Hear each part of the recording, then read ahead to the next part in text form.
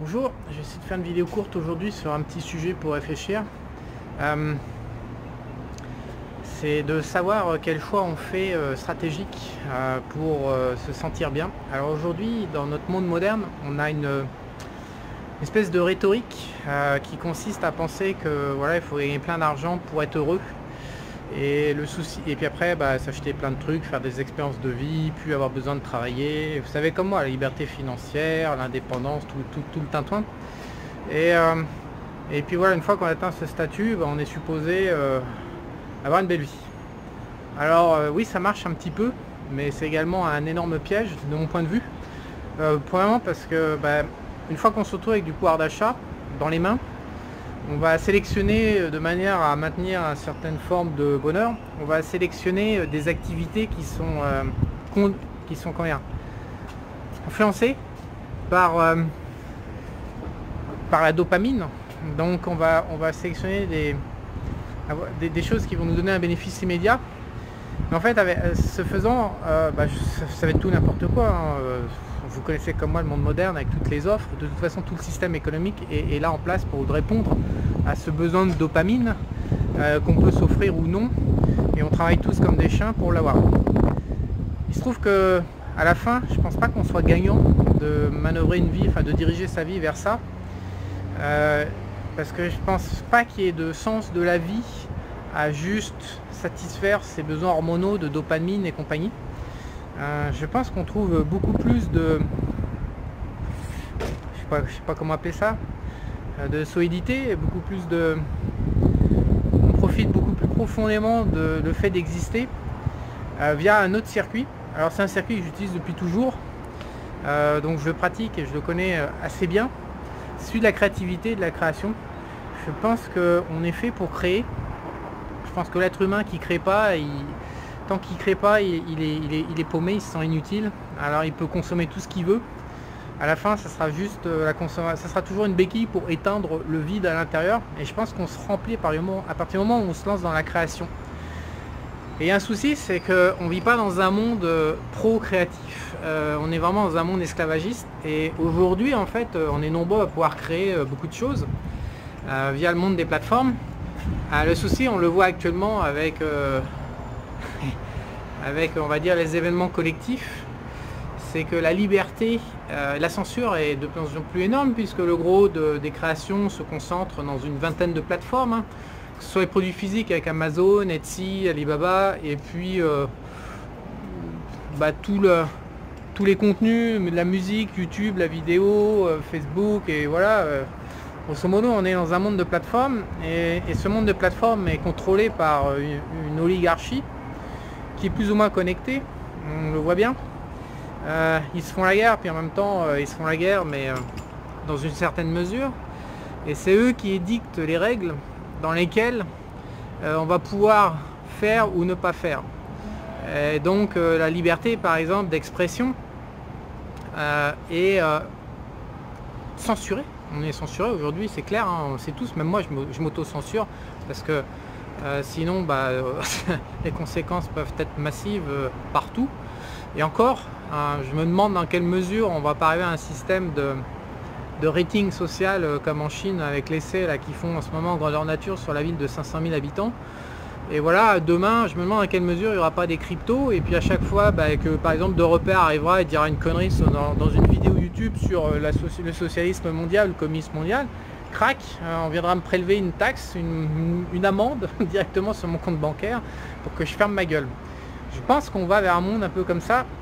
Donc la liberté de création, le souci c'est que c'est notre fondement en fait. Pour moi, c'est une des forces primaires pour se sentir vivre, pour se sentir vivant, pour se remplir sainement. Et je pense qu'elle bute assez directement désormais contre les règles de l'oligarchie mondiale. Donc il y a un autre piège de mon point de vue, c'est que on se dit je vais travailler, je vais gagner du pognon à mort, comme ça je serai libre.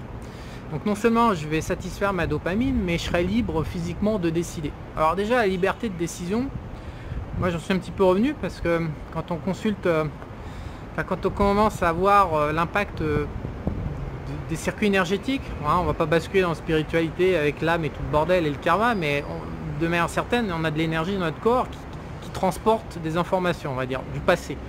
Donc quand on voit ces circuits et l'importance qu'ils prennent dans l'action, dans nos choix, je m'interroge sur la notion de liberté de choix. Et ensuite, quand on voit ce qu'on se trimballe du bagage de la famille, ce qu'on appelle transgénérationnel, l'héritage qui est dans notre DNA, en fait, qui est codé dans notre ADN, liberté de choix, déjà, j'en suis un petit peu revenu en ce qui me concerne.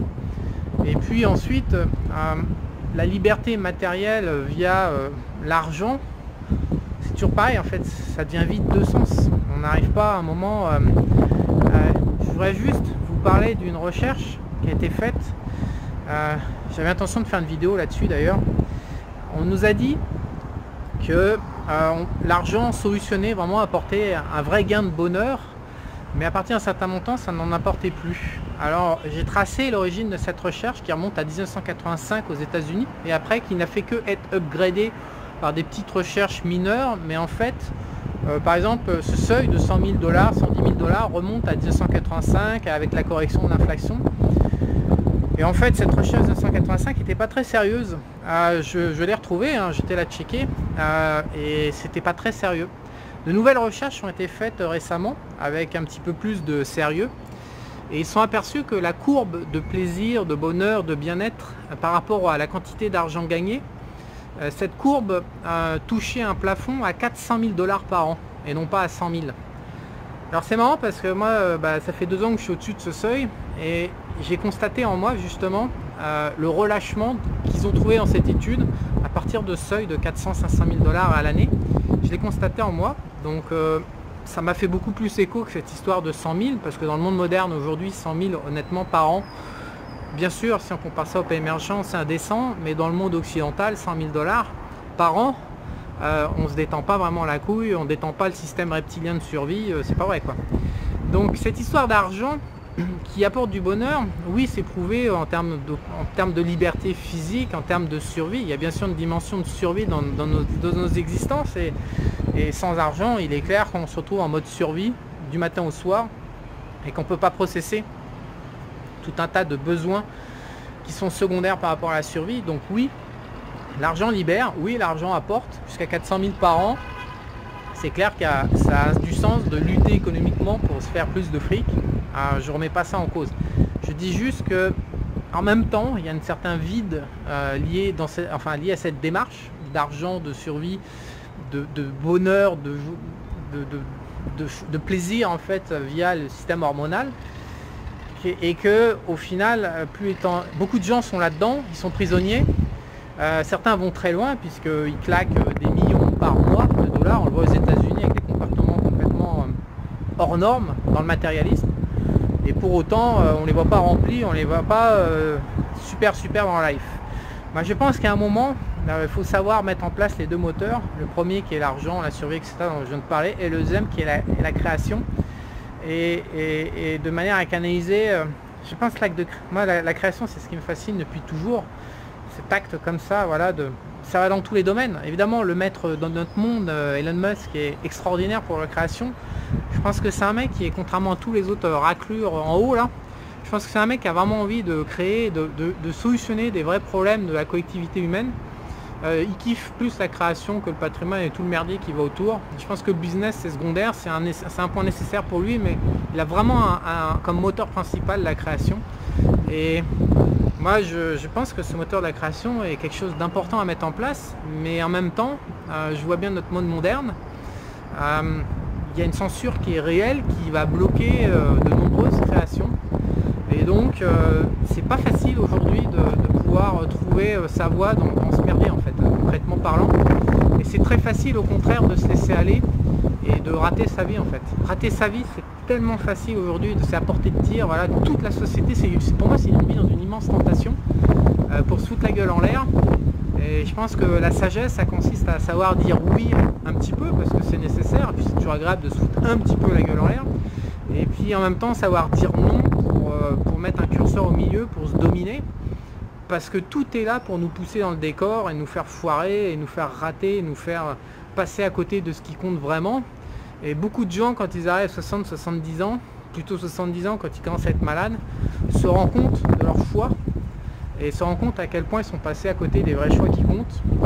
Donc pour moi, développer une conscience du choix et développer une conscience des propositions de société qui nous sont faites, et développer une force pour savoir dire oui ou non dans la vie d'un homme, c'est incontournable aujourd'hui. Sinon c'est aïe aïe aïe quoi, ça se termine souvent pas bien du tout.